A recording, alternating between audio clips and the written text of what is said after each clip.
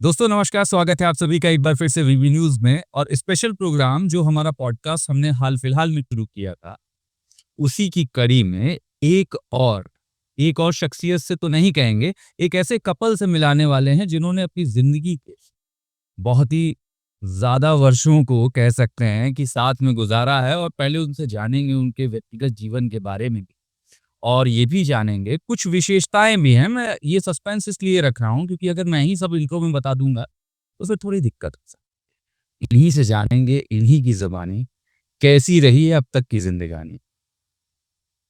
इनकी एजुकेशन, व्यक्तिगत जीवन, आपका प्रोफ़ेशनल जीवन, और अभी जो शौक में ज़िंदगी या ज़िंदगी शौक में, ये अभी पता करते हैं श्री अनिल टंडन जी से और उनकी धर्मपत्नी श्रीमती अनुराधा टंडन जी से।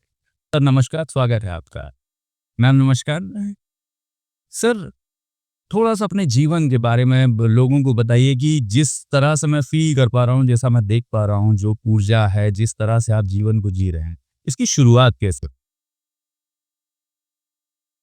मैं सबसे शुरू में ये बताना चाहूँगा जी। कि सबसे पहला व्यक्ति का जो ज़रूरी है, वो है मेहनत। जिस जगह पे हैं, जहाँ पे हैं, तो वो पढ़ाई से शुरू हो जाती है।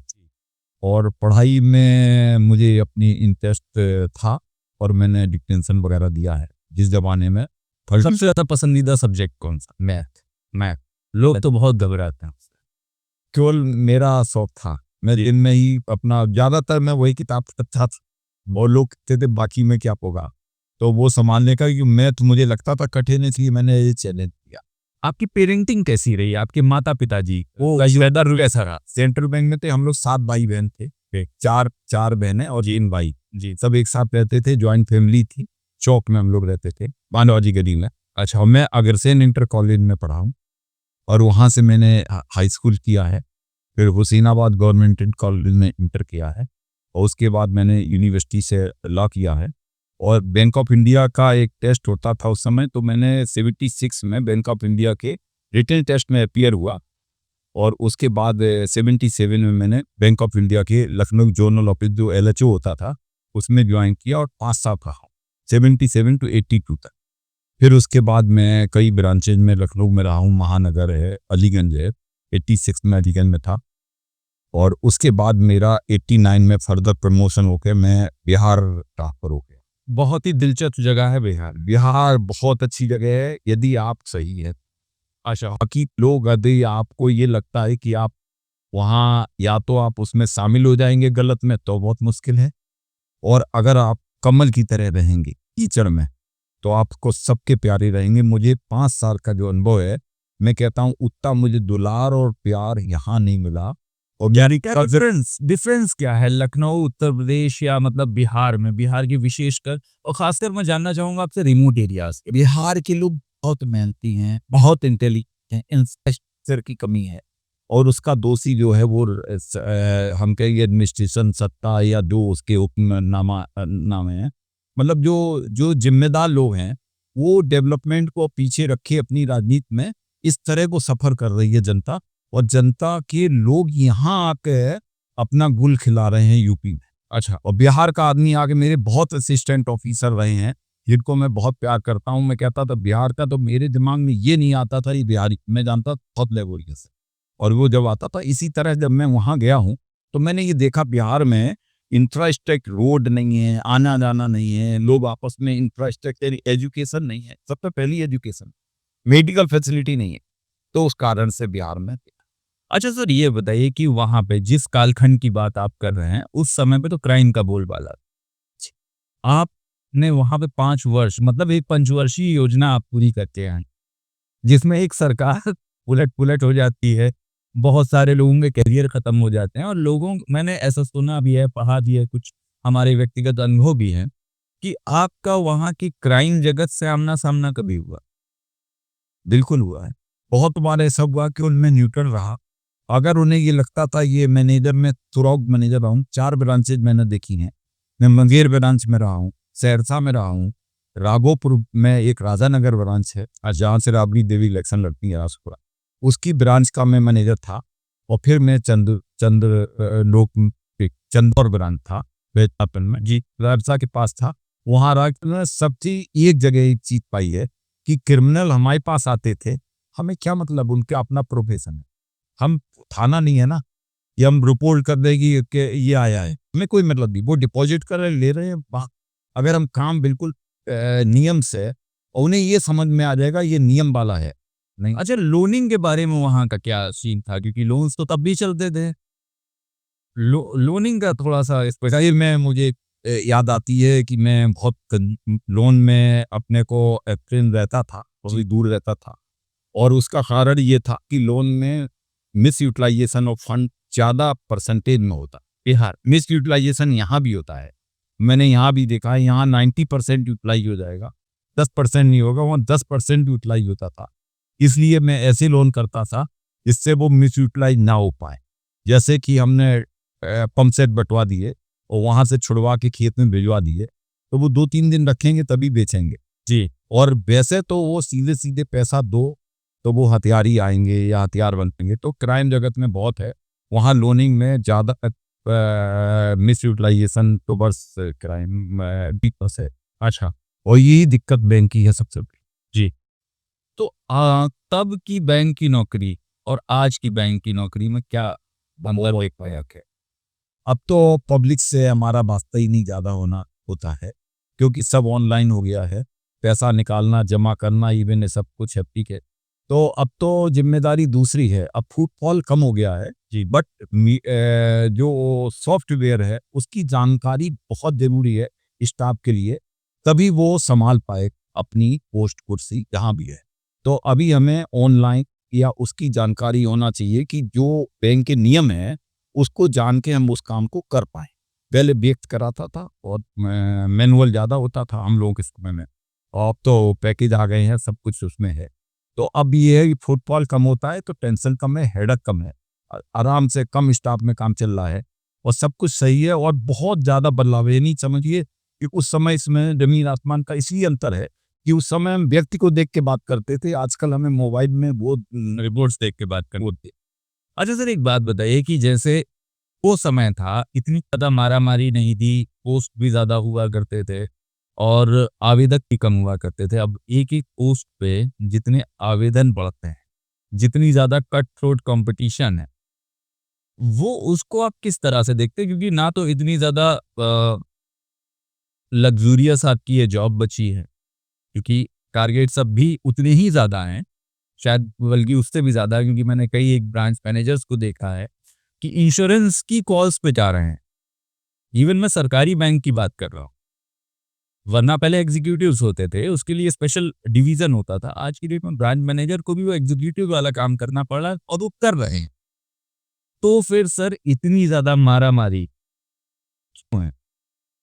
सबसे बड़ी बात हम ये कहना चाहेंगे कि उस समय जो भी पोस्ट निकलती थी, आज जो कहते हैं बेरोजगारी है, नंबर ऑफ द वैकेंसीज जी कई हजार गुना ज़्यादा है, हजार गुना। क्यों? क्योंकि पहले जब कंप्यूटर नहीं था ना, तब ये गवर्नमेंट नौकरी नहीं थी और प्राइवेट नौकरी सब लोग अपना, अगर नौकरी नहीं मिली तो परचून की दुकान ही खोलेगा। आजकल जब से ये मीडिया और जब से ये कंप्यूटर आए हैं, तो इसमें नौकरी के तो बहुत चांसेस हुए हैं कि उसी जगह डेवलपमेंट पढ़ाई में भी हुआ है, और उसी जगह हमारी जो वैकेंसी का जो इंफ्रास्ट्रक्चर है वो कई गुना बढ़ा है हर चीज़ में।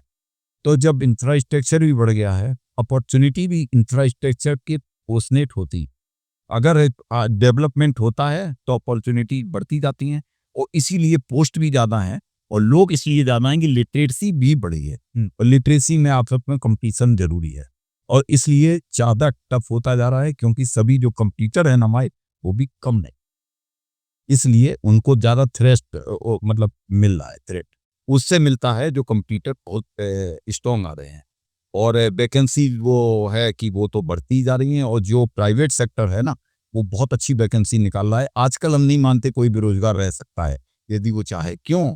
क्योंकि वो ये देखता है कि हम कम काबिल है तब भी अच्छी पोस्ट, कम मेहनत का काम और ऊंचे होते मिले, वो सबसे बड़ी दिक्कत है। ऐसा नहीं सोचेगा नौकरी है, कहीं कमी। अब थोड़ा-सा आपके व्यक्तिगत जीवन के पहलू को भी जाहिर सी बात है आप काफी समय पहले ब्रांच मैनेजर हुए और उस समय ये होता था लड़का सेटल हो गया है भैया सबसे पहले इसकी शादी कराओ। और तब ये नहीं होता था कि बच्चे माँ बाप से कह देते हो कि मेरी शादी करवाओ। माँ बाप पहले ही जिम्मेदारी समझ लेते थे और कहीं ना कहीं कुछ ढूंढ के शादी कर दी। मैम से आप कहाँ मिले, कैसे ये सिलसिला जो यहाँ तक कि इस उम्र के पड़ाव तक पहुंचा है वो कैसे पहुंचा, शुरुआत कैसे हुई, आप दोनों की जबानी। इसमें थोड़ा सा मजा इस वजह से आएगा कि अगर आप कुछ 19-20 करते हैं तो मैम की पकड़ ली, शख्स निगाह आपके ऊपर है जो हमेशा पूरी जिंदगी में रही हो।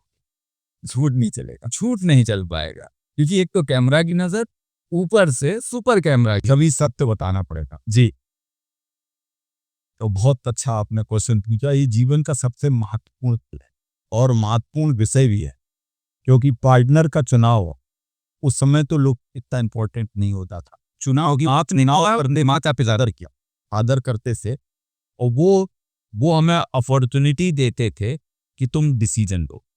केवल शुरुआत वहीं से होती थी। इसलिए हम ये कहेंगे कि फादर के द्वारा हमको ये चुनाव के लिए मौका दिया जाता था, हम ना यहाँ कर सकते थे।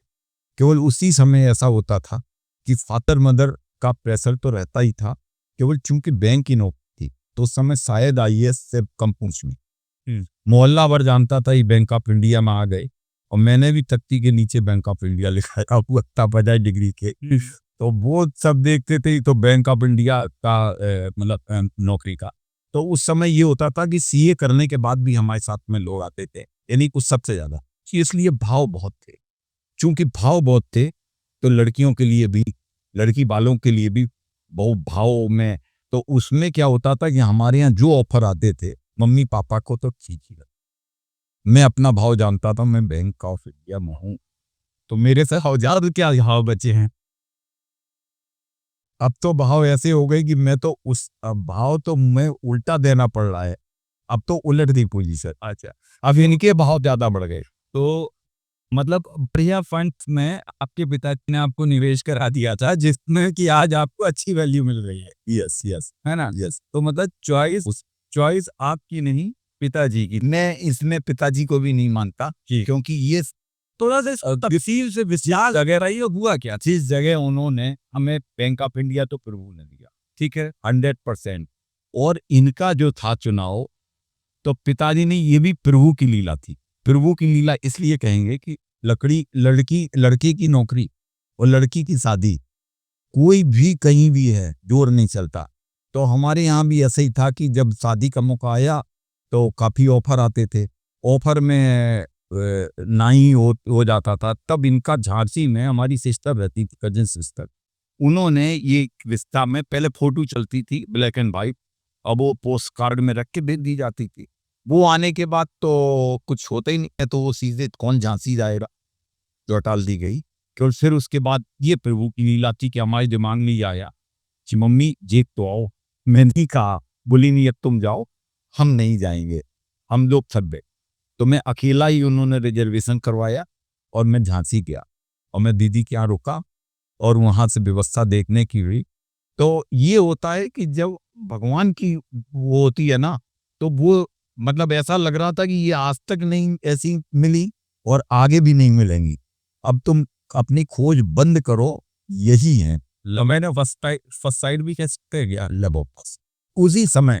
और ये जब आई हैं तो इनके यहाँ से चूना लगा हुआ था, जो चूना पोता जाता था, के घर रहते थे ना।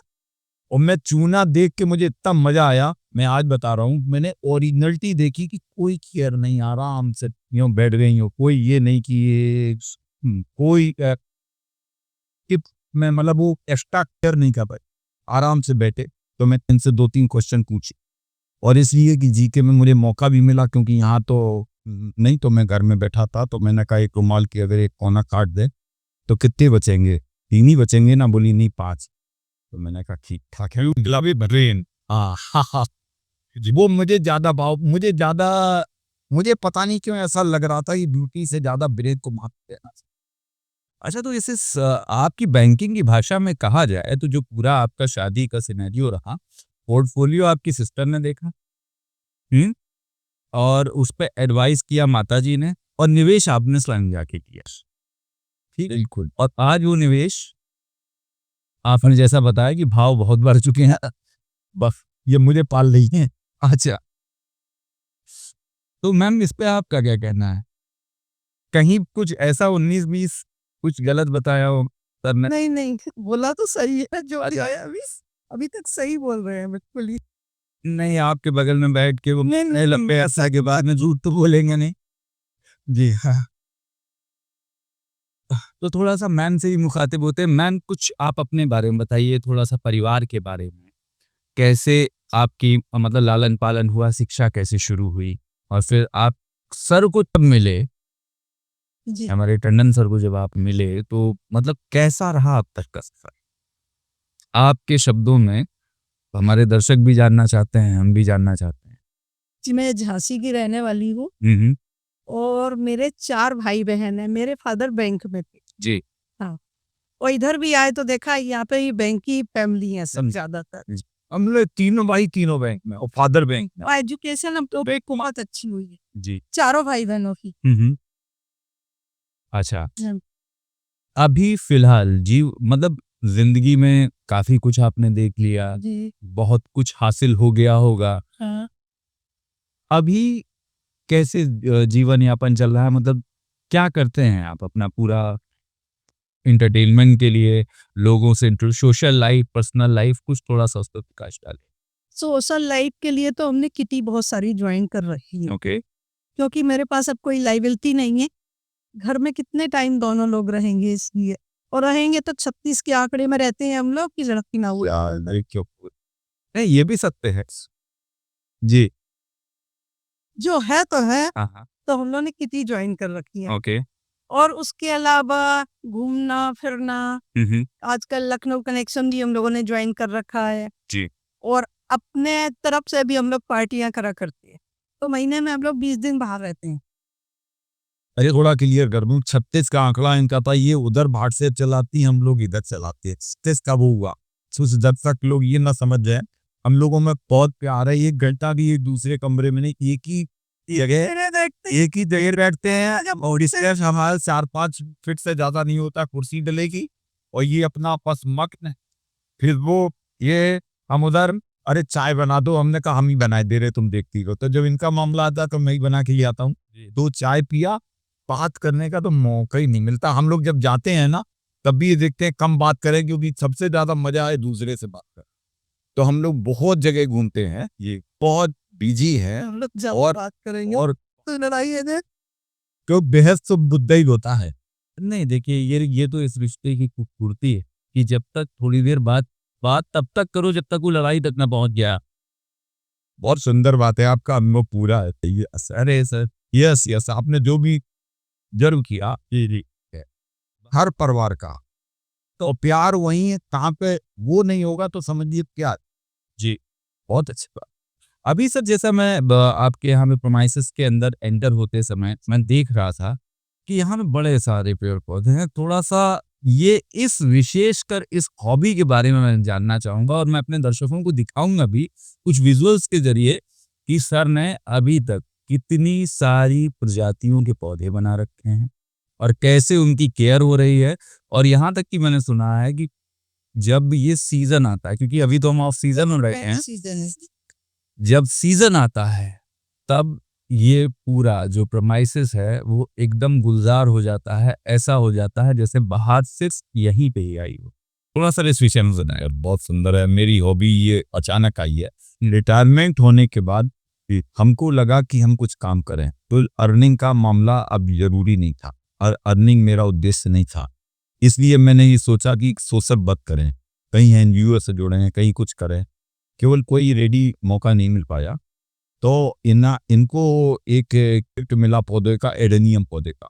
जी। तो एडेनियम के बारे में कोई नहीं जानता था, और जब ये वो आया है तो इन्होंने उसको पाला और बड़ा किया, तो उसमें एक अलग सुंदरता देखी। उसका कोडेक्स सारे पौधों से अलग है। ये होम प्लांट हैं और जिनको हम प्लांट कहेंगे, ट्री नहीं। तो उनमें कोडेक्स नहीं होता है, ज्यादातर छोटी सी पतली डंडी या मोटी हो जाती है, ये गोल लट्टू की तरह बन जाता है। और उसके बाद जो क्लबरिंग आती है, इसमें सबसे ज्यादा पीरियड साल भर की सबसे ज्यादा पीरियड की फ्लावरिंग जो होती है वो एडेनियम में। एडेनियम में 2 महीने होती होगी कम 9 महीने से फ्लावरिंग। से। दूसरी चीज ये हुई कि जो गुलाब है वो फूल सबसे अच्छा होता है, किंग ऑफ रोज कहा जाता है।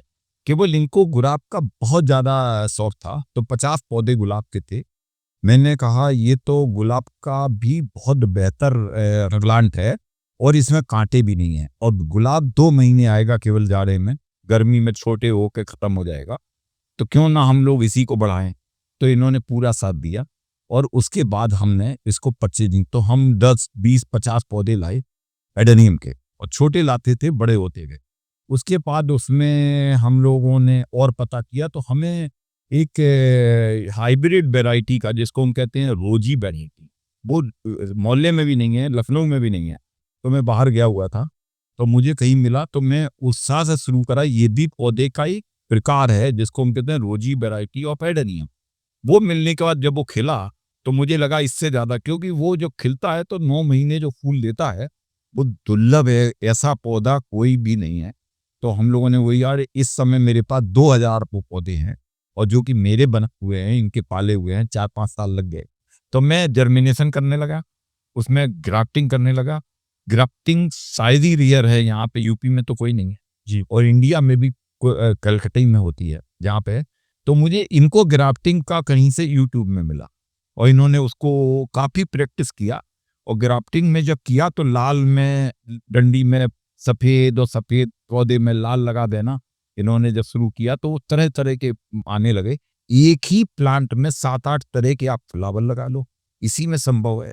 एक ही प्लांट में आप सफेद भी, पीला भी, काला कत्थई भी, और गुलाबी भी, रंगीन, जिस तरह हमने कही तो विचित्र है। गुलाब में ऐसा नहीं होता, गुलाब में तो आप जब लगाओगे यूं करोगे तो गुलाबी देगा और कोई नहीं देगा, इसमें हमेशा अलग दे देगा जी। तो जब इनकी ये समझ में आया तो हम लोगों ने तो इस तरह एक चमत्कार लग रहा था, ये प्रभु का चमत्कार है, हम लोग क्या देख रहे हैं, ये वही पौधा है जो इन्होंने लगाया, और इस तरह का हम दोनों एकदम मिल गए, और एक एक होके 11 हो गए।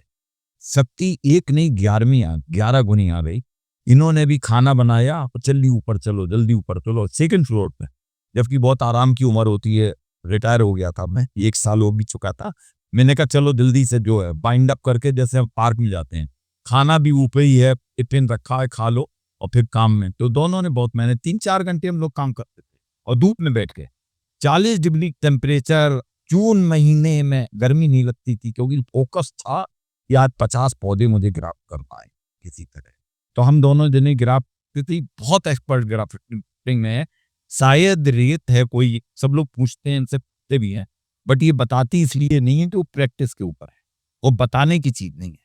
हम आपको बता दें फेल हो जाएगी। ग्राफ्टिंग सब लोग जानते हैं, यूट्यूब में है, बट सक्सेस होती है वो प्रैक्टिस। साइकिल चलाना बहुत आसान है, आप बता भी देंगे ऐसे चलाओ, केवल जब तक किसी की प्रैक्टिस नहीं होगी साइकिल नहीं चला पाएगा, एक पग नहीं चला पाएगा। इसी तरह ग्राफ्टिंग है, इन्होंने ग्राफ्टिंग जब हासिल की तो चमत्कार हो गया। फिर क्या कहना है, पौधे आते रहे, फूल उगते रहे, लोग आते रहे। जब हमारे यहाँ 1000 पौधा थे तो बहुत फुटफॉल हुआ, सब लोग देखे, मोहल्ले भर में जानते। अब मेडेनियम के नाम से सरनेम एडेनियम लगा दिया गया, अनिल चंदन एडेनियम। हमारी लखनऊ कनेक्शन में एडेनियम बोलोगी तो सब जाते आएंगे। लखनऊ कनेक्शन वर्ल्ड वाइड में वर्ल्ड थीम है ये, मतलब पूरा 64,000 सारे लोग बोलते हैं 3000 बच्चों के पापा ये बैठे हैं, देखिए 8000 बच्चे के यो नहीं, अभी भी वो रश्मि मिश्रा बुलाती हैं मेरे घुस में, देखिए ये सब जानते हैं। यूं बोलते हैं। सर ये सर अपने आप में एक उपलब्धि है, क्योंकि ऐसा कहा जाता है सनातन में, क्योंकि जो पेड़ पौधे हैं जीवित तो ये भी हैं, और जब आप उन्हें पाल पोस रहे हैं, जब आप उनको ग्रूम कर रहे हैं, जब आप उनको विकसित कर रहे हैं, उनको एक सुंदर रूप दे रहे हैं जो एक माता पिता कर सकते हैं, वही आप कर रहे हैं। इतना प्यार कि किसी को जुकाम नहीं हो सकता है। क्यों? क्योंकि ये जानती है मैं 2 फूल खिले थे, तीसरी कली थी, देखो तीसरा भी खिल गया। इन्हें इतने पौधे में सबका ये बता देंगे किसमें कितने फूल है। ये एक जो 2000 पौधे में है, ये बच्चों इधर मैंने प्रोफेशनली इसको इसीलिए नहीं लिया कि मैं पैसे में नहीं बेचता हूँ, गिफ्ट में जरूर देता हूँ। जो आता है पौधा लेके जाएगा, इसलिए कि मुझे लगता है कि वो मेरी एक याद करेगा और उसको पता है। फिर अभी भी फोन आते हैं, वो पीली पत्ती पड़ गई तो हमने बेचा रहे हैं, गवर्नमेंट रहने तो जितना ये गिरेगा उतनी ज्यादा कल्ले देगा बाद में। तो ये इसी तरह से इनका 17 और हम लोगों ने इस फुलवाड़ी पढ़ाया। और मैंने विशेष तौर से जो किया है वो ये किया है कि हम पे जगह एक लिमिटेड थी, तो मैंने खड़ी तो रख नहीं सकते हैं, पेड़ के ऊपर पेड़ आ जाएगा, तो मैंने 45 डिग्री से इंक्लाइन करके एक स्टैंड बनवाया और उसमें पहिए लगे हुए हैं। मैं कहीं से कहीं ले जाऊं तो मैंने 6 स्टैंड 6 2 8 स्टैंड रखे हैं। एक स्टैंड में 100 पौधे आ जाते हैं, 100 गमले। अब वो गमले मिट्टी के नहीं रख सकते हैं, वेट बहुत हो जाएगा, मिट्टी नहीं गमले में हो सकती है कि बाहर बहुत हो जाएगा। तो मैंने सारे पौधे को सॉइललेस मीडिया दिया है। सॉइललेस का मतलब होता है इसमें मिट्टी नहीं डालेंगे और कुछ डालेंगे। तो मैंने कोकोपीट बेस कराया है कि कोकोपीट में सब पौधे लगे हैं। और जो गमले मिट्टी के होते हैं नारियल ज्यादा होता है, नारियल का छुरा, नारियल का बुरादा, नारियल का छुरा वो बेचता है 5 किलो की वो मिलती है सल्ली, उसको हम टब में डालता तो 5 किलो वाली किसी होती है तब 20 किलो बन जाता है। अच्छा वो पूरा भर जाता है। उसको लिया और डाला, उसके अंदर न्यूट्रिएंट्स होते हैं वो हम लोगों ने शिक्षा पाई भी है, 16-17 न्यूट्रिएंट्स होते हैं जिसको क्या क्या चीज चाहिए। जैसे NPK है, छोटा सा है जी, तो इस तरह है, फिर कैल्शियम मैग्नीशियम ये सब चीजें होती हैं। तो हम साइंस साइड के स्टूडेंट रहे हैं, PFT में भी ट्राई किया है, तो वो बात अलग है कि मुझे सब मालूम था इसका। तो मैंने इसको जो साल्ट वगैरह है उसकी अध्ययन किया और मैंने कहा ये करके हम नारियल के चूरे में वो सब दे देंगे जो मिट्टी में होता है। और इस तरह हमने टोटल अपनी जो फुलवाड़ी की बेस रखा है वो सॉइललेस मीडिया कर दिया है। और दूसरी चीज, मिट्टी का एक भी गमला नहीं है हमारे यहाँ 2000। सबको प्लास्टिक इसलिए किया है कि प्लास्टिक का गमला हल्का होता है और धूप में लोग कहते हैं खराब हो जाता है। मेरे तो 5-7 साल हो गया, कोई भी नहीं खराब हुआ है। हाँ ये जरूर है कि मैं थोक में मंगाता हूँ, मैं 200-400 गमले से कम नहीं मंगाता हूँ। और वो क्वालिटी ऐसी होती है कि जो बाजार में नहीं है कि निकले और हमने खरीद जी।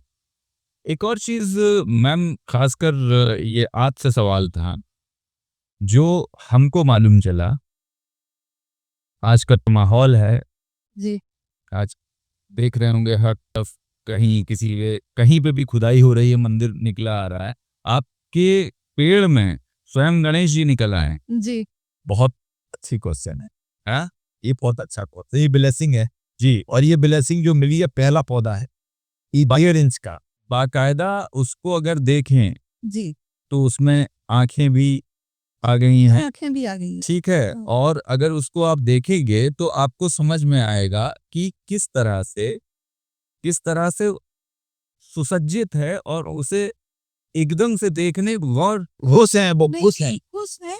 एक्चुअली में उनके ऊपर जो बना हुआ है मुकुट टाइप का, बिल्कुल देखिए आप, चारों तरफ से एक सी डालियां निकली हुई हैं और आगे उनके घास जरूर उगाती अच्छा, हमेशा। ये किसी पौधे में नहीं। ये किसी पौधे में नहीं होता है, गणेश जी के आगे घास सबसे स्वस्थ पौधा कौन सा होगा एडेनियम का, जो जितना ग्रीन, क्योंकि ये पहला पौधा था। और मैंने उसको, इन्होंने तो रात दिन, सुबह गई पहले देखा ही, ठीक है रात भर में ओस नहीं लगती थी, किनारे कराए, धूप में रखा ही, हाँ धूप में रखा है।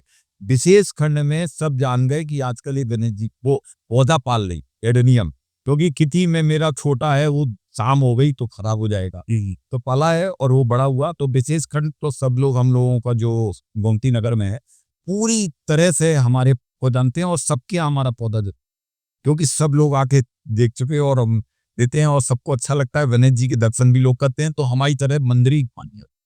तो एक सवाल से इसको वाइंड अप करते हैं, दोनों से ये सवाल है। सर को तो उपाधि मिल गई 5000 बच्चों के पिता, जी ये तो गलत बात है कि आपको श्रेय नहीं मिल रहा है इस चीज का। 5000 बच्चों के माता पिता भी तो कहलाए जा सकते हैं। ये नहीं सरनेम भाई का, नहीं, ये आपने क्रेडिट चोरी की कोशिश नहीं की है। हाँ कि कित का जो भी बेटे होते हैं, बच्चे होते हैं, उनमें सरनेम ये है इंडिया का, जी सरनेम पिताजी का लगाया जाए। अच्छा वही चल रहा है। मैम इसमें आपको कोई आपत्ति नहीं है अगर सर को नहीं है मेरे। चलिए, हमसे बात करने के लिए बहुत बहुत धन्यवाद।